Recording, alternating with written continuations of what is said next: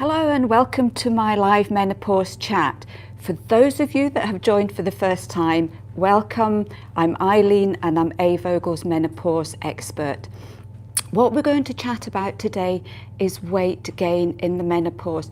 This is a huge issue and so many women contact me really distressed or unhappy about the way their weight is going. Interestingly enough, we did a little survey on our own Facebook page and found that 94% of women who answered had gained weight, and of those 79% had gained more than the average 2 to 5 pounds. So this is a really big problem here. With weight gain in the menopause, it's not just a question of getting a bit annoyed because your clothes don't fit anymore. It can have a huge impact on all areas of your life. Weight gain can affect your confidence, both at home and at work. It can affect your ability to stay healthy and to also be able to exercise well. It can impact on your intimate life, and it's amazing how many women contact me and they're so distressed about this that they won't even let their partners see them naked anymore. So we know that weight gain, it isn't just one little thing, it can be a whole range of issues that can affect your day-to-day life and your confidence. The reasons we put on weight in the menopause, there are numerous ones, and this is where it's so difficult because you could have 10 women all putting on weight, yet the reasons for them doing so can be completely different. It can be just the way your hormones are acting up. It can be emotional eating. You know, the menopause can be miserable, and for some women that's all the little kind of joy they can get out of their life at that particular point. It can be issues with your thyroid, your metabolism can slow down. It can be just due to the fact that, you know, your get up and go has gone. And we know a lot of women also find that their impetus, if you like, completely disappears and they just can't be bothered to do anything. So there's a huge range of issues in our lives that can all contribute to weight gain. What I want to do today is explain why this can happen, what you can do about it, and if you have any queries or questions or you're just a little bit worried about something, please post them up. Now, yesterday I sent out a promo video and some of you asked questions underneath it. So I will start the questions now, and there's one from Zaina. And she says that she can't seem to figure out what to do to cope with trying to lose weight that she's gaining. She's been walking for more than an hour non-stop every morning and it's not helping. This is the main problem with weight gain in the menopause. If you go on a low-fat, low-calorie diet and exercise like mad every day, you are possibly going to stall or even put on weight. The reason is really quite simple. When your hormones start to change, your nervous system is nearly always pulled into the menopause, whether it likes it or not.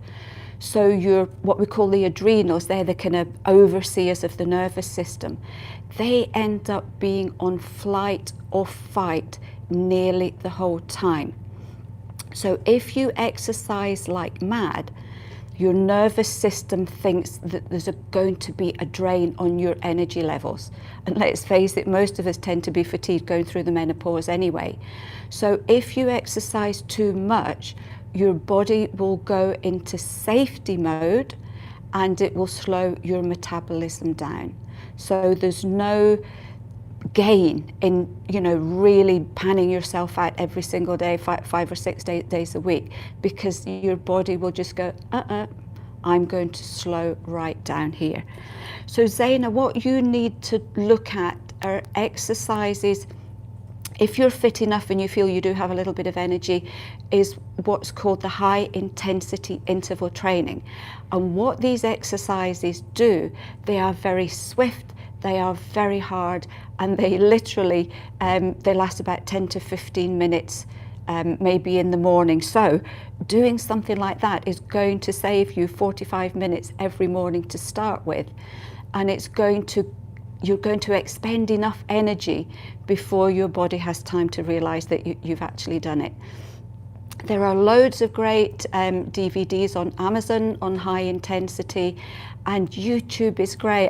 I do it some mornings as well. You just put high intensity, you could do high intensity yoga, high intensity kettlebells, or just high intensity general exercise, and you can get something for 10 or 15 minutes. So maybe swap over to that for a couple of weeks and see how you get on, and it might make quite a difference. Deborah has asked yesterday as well that she has started HRT, and she has found that she's started to put on weight. The problem here is that the HRT, it can be a side effect of the HRT. So trying to lose weight through dieting and exercise very often doesn't work because it is a side effect. So all we would say here, if you're really worried about the weight gain, the best thing to do is go and chat with your doctor. Make sure that it's a recognized side effect of the HRT that you're taking. And if necessary, the doctor may be able to swap you over to one that doesn't have this particular side effect. In this situation, it can be really hard going, trying to do it while you're still on that particular brand of HRT. Query from Emma. And she's saying that she has heard that apple cider vinegar can help with weight loss. Is this true? This is one of these really old-fashioned remedies. It's been around for a long, long time. I remember my parents having it, and I think that's one of the reasons that got me to start drinking it very, very early. It's a great one because it's known to help to support your metabolism. So if you're trying to control your calorie intake a little bit, it can help to support your blood sugar levels too. It seems to have a nice effect on pancreatic function, on your blood sugars. And it's also great for things like helping to alkalize your system, because an acidic system can give things like joint pains and aches. So apple cider vinegar is a really nice one to add in. You can take tablets, something like Nordy's apple cider tablets. This is a nice one because it's also got things like dandelion, and I think it's got artichoke in it as well. So it's supporting your whole system as well as having a nice dose of apple cider vinegar. I take the liquid one. I have a teaspoon every morning. It's my first drink of the day in a little glass of warm water. I like the liquid one. If you are going to try apple cider vinegar as a liquid, remember to get organic and go with one that's got the mother in it. Now, I know that sounds a bit cryptic, but if you go to your local health food shop, they'll be able to point a really good brand out for you. The one thing I would say about apple cider vinegar and apple cider vinegar supplements, they are a long-term support. This is not something that's going to work really quickly.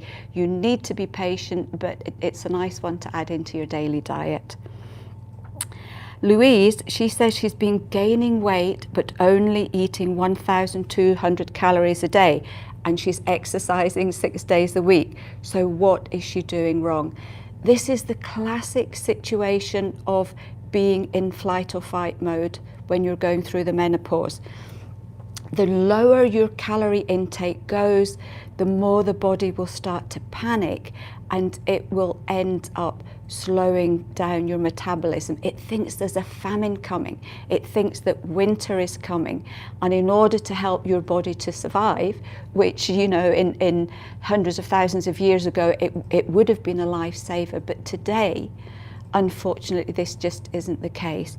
And again, she's been doing the exercising every single day.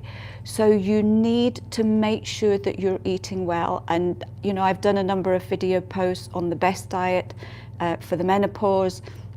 You need to look at having a decent calorie intake level with good foods, plenty of fresh vegetables and healthy fats. Now, I know this sounds really weird that I'm promoting fat in order to lose weight, but there's so much information out there now how important healthy fats are in your diet and also helping you with the weight.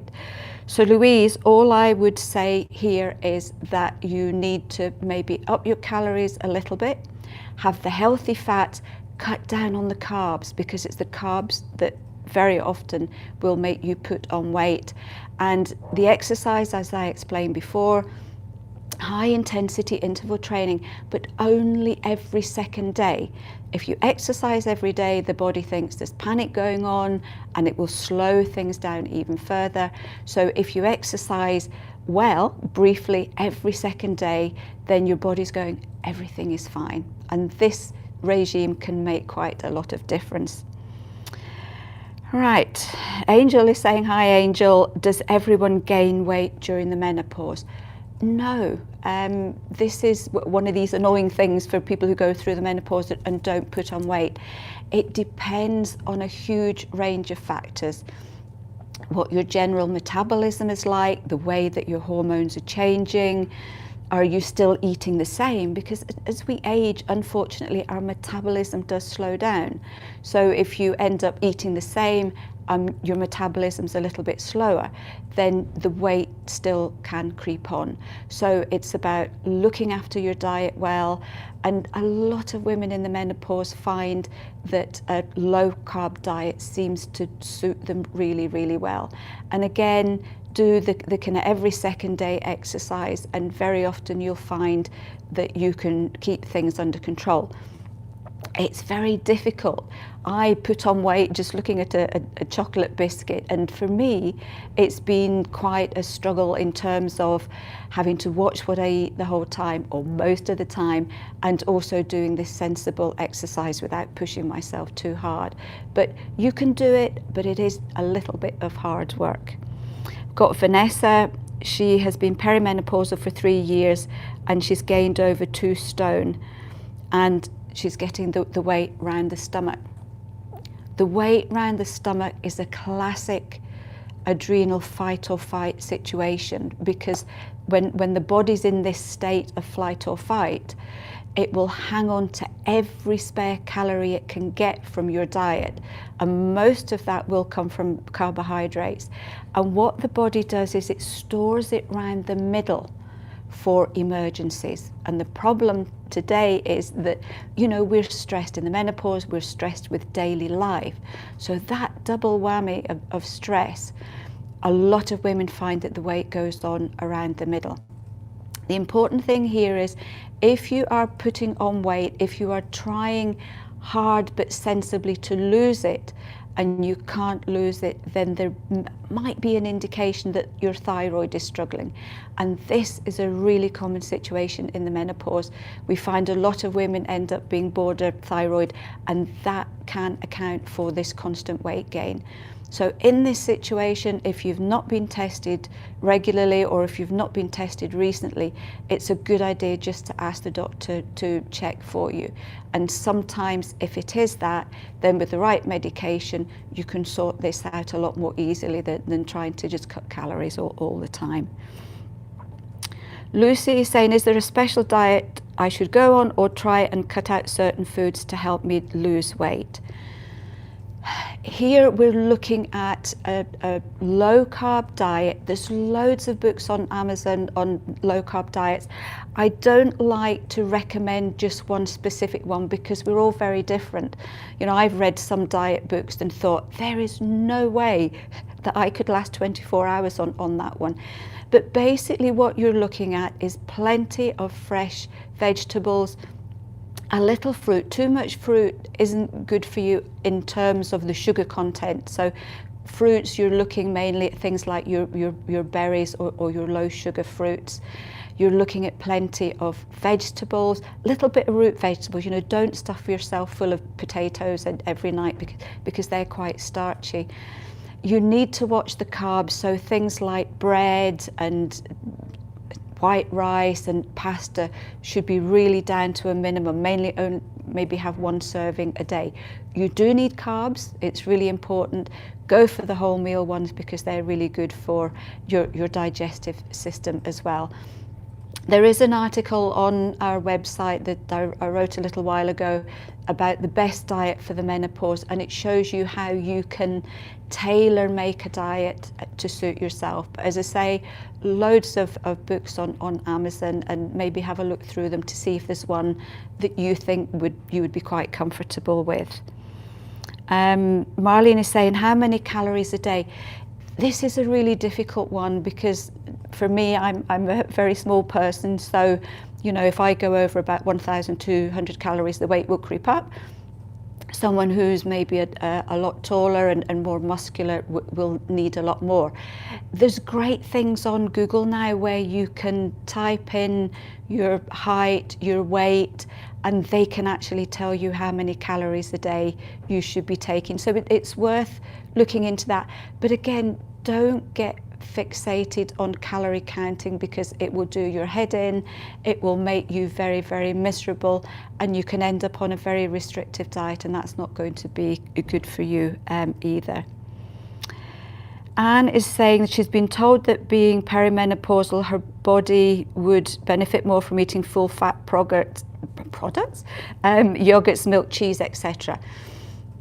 This is one area of contention, and there will be pros and cons about this. For this question, I am giving my own personal advice, and that is, I will not touch anything low fat, I will not touch anything semi-skimmed. The reason being with dairy products is that the more you lower the fat content, the higher the milk sugar content becomes. And that then can cause weight gain. So for me, I have full fat milk. I don't eat a lot of cheese purely because I love it, and I can't just have one little piece. So I tend to put that out of temptation's way. But I will go with full fat milk.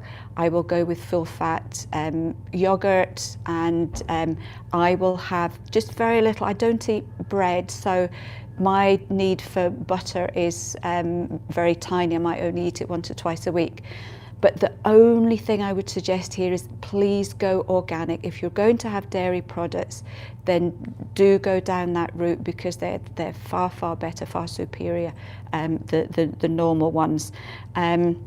I find for me that my body really suits these nice fats, and it makes it much easier to control everything else when you have these in your diet. Felicity is saying that she's always been slim, but now she's piling on the weight and it's affecting her confidence. The more down I get, the more weight I seem to put on. Emotional eating is a huge one in the menopause. Our mood, just because of falling estrogen, our mood can get really low. And because of that, we need something to cheer ourselves up, and the chocolates and the sweets and the puddings and the nice sweet things, they're all very comforting. They also give our blood sugars a nice little boost. And very often, this cycle of craving sweet things, of overeating, is because we're not controlling our blood sugar levels. They go all over the place in the menopause, unfortunately, and it's much harder to control. So if your blood sugars are going up and down, the minute they hit rock bottom, your body will crave something sweet. And unfortunately, in times gone by, sweet things would have been fruits and maybe berries, which would have been very good for us. But today, the sweet things, do we run out and buy a punnet of strawberries, or do we just reach for the chocolate biscuits? So keeping your blood sugar stable can go a long way to helping to control your appetite. You're looking at things like magnesium, really important for absolutely everything. You're looking at eating little and often. So these snacks, I'm a great believer in healthy snacks. I couldn't survive without them. My brain would just basically switch off. So healthy fats are really good for snacks. So it'd be things like nuts and seeds, a little bit of yogurt with some cocoa powder in it. You can look at things like a boiled egg with a little bit of organic mayonnaise in it. So there's lots of lovely snacks, all less than 100 calories that you can have, and that will just help to keep your blood sugar stable. And if that's the case, if you go onto your next meal, you're less likely to overeat. And there is a recent blog that I posted on healthy fats, so definitely have a little look at that one. Claire is saying too that will it be easier to lose weight once the menopause is over? It really depends. Again, I know that that's not an answer, but it does depend on the individual. She's saying that there's a lot of fatigue. Absolutely. And the problem here is that when you are fatigued, if you try and exercise, your body it's going no, and you will end up getting more and more fatigued. So in this situation, all I would say is, try and look at your diet as much as possible. Keep active without going manic on the exercise. So by that I mean, if you're tired, you're not going to want a brisk walk, but maybe just have a 10-minute walk around the block at work. If you go by bus, get off 1 or 2 steps earlier, just walk up and down the stairs instead of getting the lift. So there's a lot of little things that you can do every day to keep you active, but without really exercising per se. So you can certainly do it that way. Most women do find when they get through the menopause, if they've looked after themselves well, then the weight can come off, because you're not battling your own body at that point. When your hormones balance out, then that's one less stress on the body, and it can be easier to lose weight after that point. But that's not an excuse to go mad now. Keep trying as much as you can, and then once you're through the menopause, you're not having to look at losing a great deal of weight, which can be very dispiriting. Right, we've got 1 or 2 general questions. You're more than welcome to post general questions in as well. I'm not just sort of focusing on diet and nothing else here. So Pauline is asking, she's saying that her daughter is 47 and she wakes up suddenly with a fast heartbeat and sweating. Could it be a symptom of starting the menopause? This is a classic one.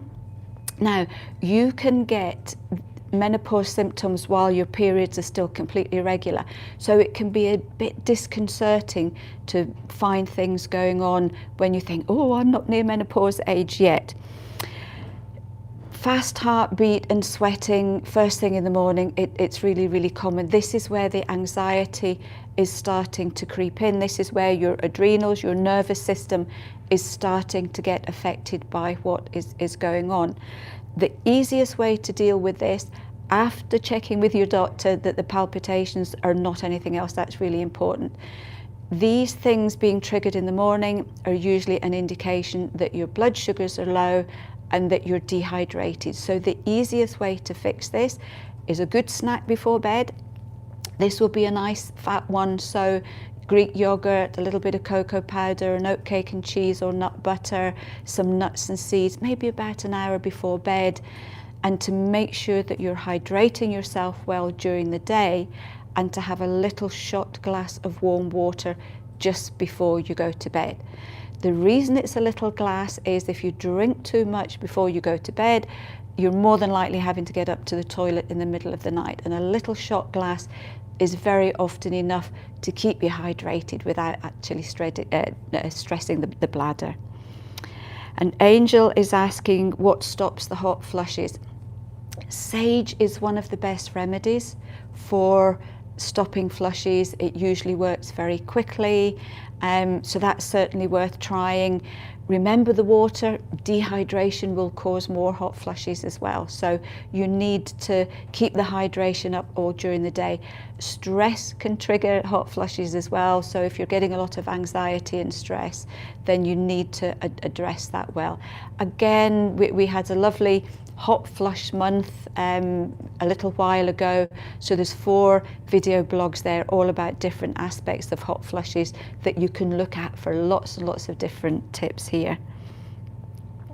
Vanessa is asking, are you going through the menopause after 1 year of missed periods or 2 years? Again, there's various schools of thought here, and I know it's really confusing because you read something somewhere and then I'm saying something completely different. In our experience, so many women, after not having had periods for 1 year, get them back again, or they get an odd one back again. And over the last 4 or 5 years that I've been doing this, there's quite a large proportion of women that get this particular experience. The problem here is that if you get a period back, especially if it's a proper one, that means that your hormones are still, in theory, active. And there is still the possibility of pregnancy. Although the older you are, the further through the menopause, the less likely it is.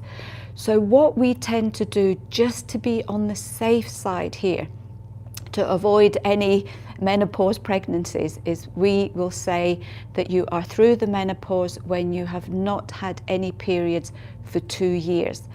But please be aware that this is just a label. This is just a length of time to indicate that you can't get pregnant anymore, and therefore you would be post-menopausal. But you can still experience menopausal symptoms after this point. So these are two very different situations here as well. So Rashmi is saying her weight keeps increasing and she has sugar cravings. What can you do? She's an emotional eater. Oh, I know the feeling well. This is a hard one. And what do we do when we have a little binge? We berate ourselves. We really treat ourselves really heartily, saying that we're very weak, that we have no willpower. And of course, that makes us feel all the more miserable. And the more miserable we are, the more we reach for everything. So with emotional eating, you have to realize there is a real physical reason for this, and it's all to do with the blood sugar levels that I explained before. If you can keep your blood sugars level and stable, you are less likely to get the sugar cravings. What we have is we have a lovely flower essence called Craving Essence, which is great because it's a little bottle. The minute you start to feel any kind of craving, you can just put a couple of drops straight onto your tongue. It's something that you can carry in your bag with you, and it tends to work on the spot just to give you a minute or two's breathing space so that you can say to yourself, do I really need that? But you probably will find that if you keep your blood sugars more stable, that will have a huge impact on the emotional eating. Remember the magnesium as well. If you're getting mood swings, if your mood is going up and down, then a good magnesium supplement, maybe 200 milligrams a day, will help to keep your mood that much more stable as well. Emma's asking what exercises are best to help me lose the weight. This is the high intensity ones. They're very, very quick. They last about 15 minutes in total, and you're putting a huge amount of energy into it, but it's over very, very quickly. And the great thing about the high intensity interval training is that research shows that this is one of the best exercises for heart health. And heart health is something we need to be very clued up on as we go through the menopause, because falling estrogen can have quite an effect on the way in which our heart works, especially if you get things like palpitations. So this short, sharp bursts of exercises every second day is more than enough to help you to keep the weight off. And again, there's lots of research on this. Just when you have a minute, have a little Google at how effective this kind of training can be. What I tend to do, just to try and keep myself sort of fit, is I will do the high intensity maybe 2 or 3 times a week. I also do yoga because I find it so good for keeping you stretched and toned and for keeping your joints stable, which is very important as you get older. And also because it's not quite as energetic, it's giving me that little bit of rest, and I tend to be quite lazy at the weekend unless I'm going out for a hike, which I do that about once a month.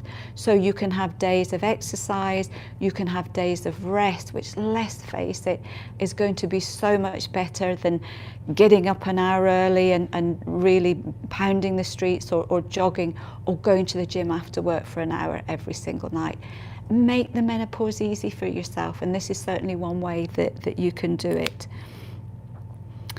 Andriani is asking, which hormone plays a role in losing weight? Is it estrogen or progesterone? It's not necessarily either. Very often the weight issue in the menopause is the way in which your hormones are falling, because if one dips quicker than the other, then that will set up an imbalance, and that imbalance can then affect your nervous system, and it's that more bringing the nervous system in that will affect the weight than the actual hormones themselves. And unfortunately in this situation, we're all very individual, and some of us will be more sensitive to certain hormones than others. So unfortunately this is one that I can't really answer specifically, because it is going to be different for everybody. Jules is asking that she's having trouble sleeping, and she's already obese, constantly hungry. When she's eaten, it's like she hasn't eaten at all. This is one where it's quite possible your thyroid is involved. So if you haven't been to your doctor recently and asked to get your thyroid tested, then this is the next step. I would go and get that sorted, get it checked out. You need to ask for the test for both T3 and T4, because the very simple tests sometimes don't bring everything up, and menopausal thyroid issues can be very borderline, but at the same time just being borderline can have a huge impact on the way that you weight gain and also the way that you lose weight. I think in this situation, again, Jules, if you're constantly hungry, look at the articles I've written on snacks and healthy fats and the sort of diet that you should be looking for. Again, look at books as well on low carb diets. And the thing with the low carb diets is, and I know it's frightening, especially if there's emotional eating involved, that you've got to give up all the things that make you feel better. But a lot of women find that even a week on a low calorie diet, your sugar cravings tend to go. The other thing to look at here, again, if there's a bit of emotional eating going on here, we've got the craving essence. In your situation, again, if you feel that there doesn't seem to be any light anywhere, then there are these slimming groups, and for these, support can be so helpful just to get you started until you lose a bit of weight and you get more confident within yourself.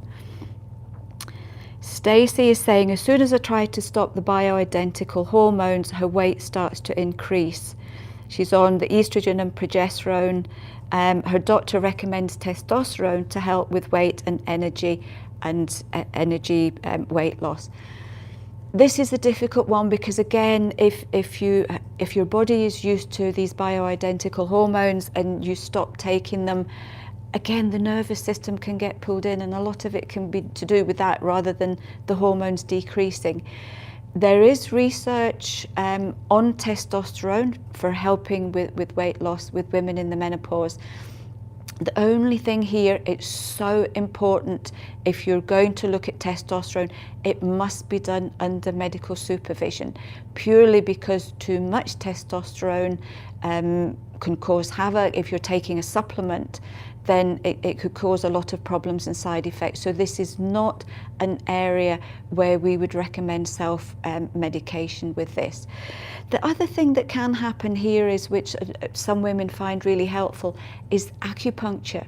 And if you're trying to come off the hormones and to try and balance your own natural level of hormones, then acupuncture can often be really effective. So it's something that's certainly worth looking into here.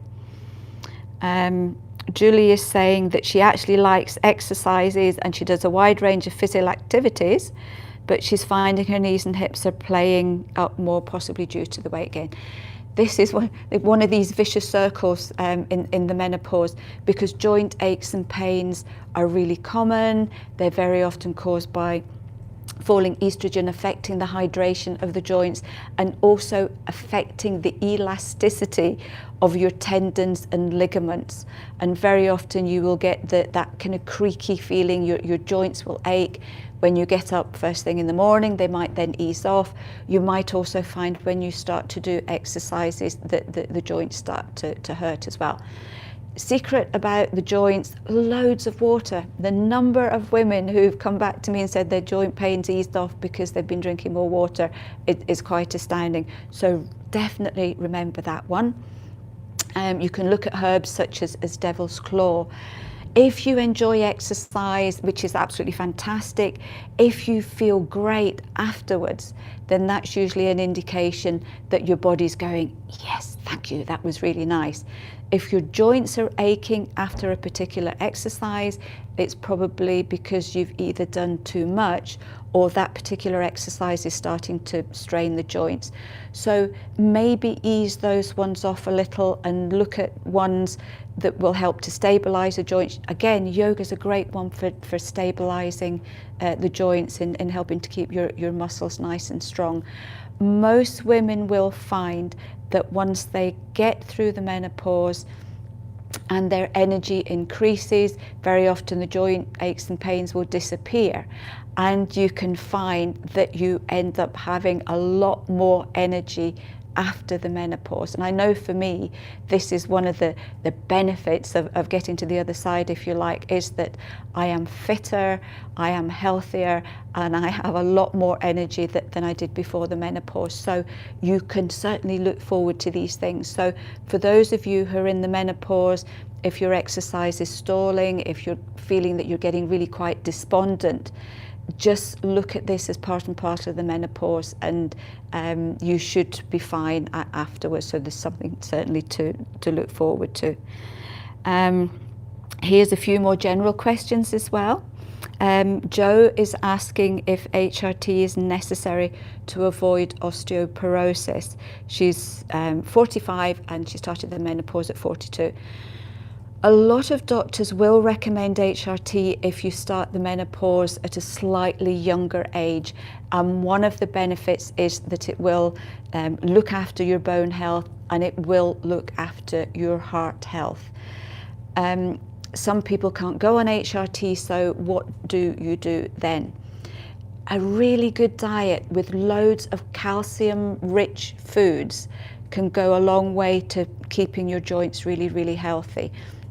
Look at all the countries around the world where ladies don't have access to HRT and they don't have problems with their bones. So you can look after yourself well, the right sort of diet, also look at the right sort of exercise. You need lots of active activity to keep your bone health going. Dairy products are not particularly good for calcium intake, so just make sure that you're getting plenty of vegetables and lots of other good dark green leafy vegetables, nuts and seeds, things like tofu. These all contain really nice quantities of calcium. And if you think about it, what is the biggest land mammal? It's an elephant, and elephants eat nothing but shrub and grass and trees and leaves. And they end up with the most enormous ivory tusks, and they have huge bones. So, you know, you can end up having really good, strong bones without having to resort to HRT. But this is something you need to discuss with your doctor, just to make sure that you're doing the right thing. So hopefully that will help with that one. So if you have any more questions on weight, please get them on. I'm going to talk about some general chats in a minute. The remedies we look at for helping to support weight in the menopause, you're looking at kelp. This is a great one if your thyroid's slowing down a little bit, but not enough to warrant any kind of thyroid medication. I would say here, for those of you that are maybe in the perimenopause, kelp is one of the best supplements to start as a support right through the menopause. And for us in the health industry, we're very nosy because we ask other people how they're going through the menopause, and quite a few women that I've spoken to who've been on kelp right from the beginning have found that they've had a much easier time through the menopause than some other women. So definitely the kelp's a great one to get in. If you're looking for calcium and magnesium, we have a super supplement called Balance Drink.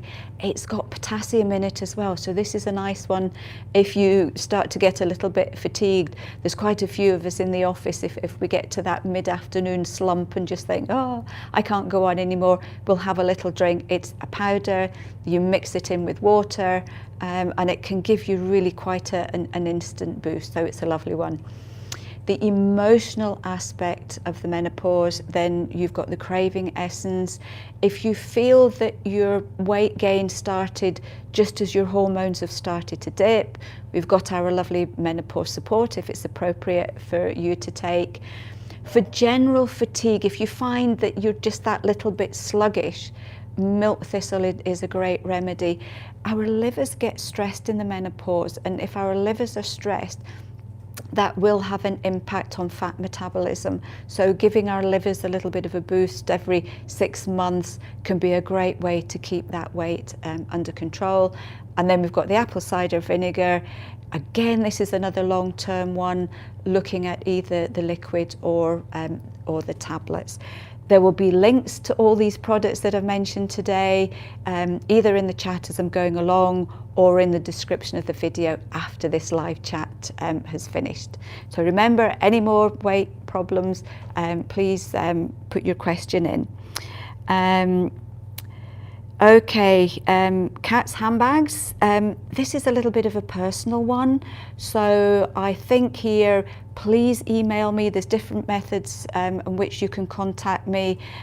Give me all the information that you can, and I will help you. This is not unusual, and quite a number of women do come to me with this particular problem. So hopefully I'll be able to give you a little bit of advice here. Rashmi here is saying, is taking hormones like Primulot okay for heavy periods? If you're on hormonal medication, if you're getting heavy periods, this is something you really need to discuss with your doctor. I would assume, you know, in a lot of cases, really heavy periods, which are common as you approach the menopause, can often be helped by progesterone only pill or the Mirena coil or the patch. And these are things definitely to be discussing with your doctor. Heavy periods are not good for you because they will deplete you of iron, they will give you fatigue, and they will cause all sorts of other health issues. So in certain situations, these particular products are worth taking in order to give yourself a little bit of a break from all this. And Maureen is asking, is HRT not recommended after 60? Again, this is one I can't answer this accurately because I'm not a doctor. But in most instances, there will be a certain length of time when you're through the menopause that HRT is not recommended purely because it's too late. It may well be an individual situation because it will depend on when your periods have stopped. So, you know, for someone whose period stopped at 42, it would be a completely different answer to someone whose period stopped at 58. So this is something you'd need to discuss with the doctor. As far as I'm aware, the potential side effects may increase the older you get. And I think for doctors, this is something they're very well aware of. It also depends on what symptoms you're getting. If you have been without periods for quite a while and you're getting menopause-like symptoms, sometimes it's another health issue, and in which case the doctor needs to investigate first of all. Maureen is saying, my doctor says all these herbal remedies can be dangerous. Herbal remedies, they are medicines. And some of them, yes, are very powerful ones. They're very, very effective ones. All I will say here is in the UK, the herbal industry is very tightly regulated. We have something that we have to follow, and as a company we have to follow this very, very carefully. It's called the EU Herbal Directive, and this was set up in 2011, and it means that companies like us have to notify the department that licenses all medicines of all the remedies that we are selling. We can get licenses for some of them. The Force, which is for colds and flu, has a full pharmaceutical license. Our other remedies, like our Sage Menoforce, has what's called a THR, and we have proved to the government health department that this remedy is safe to take.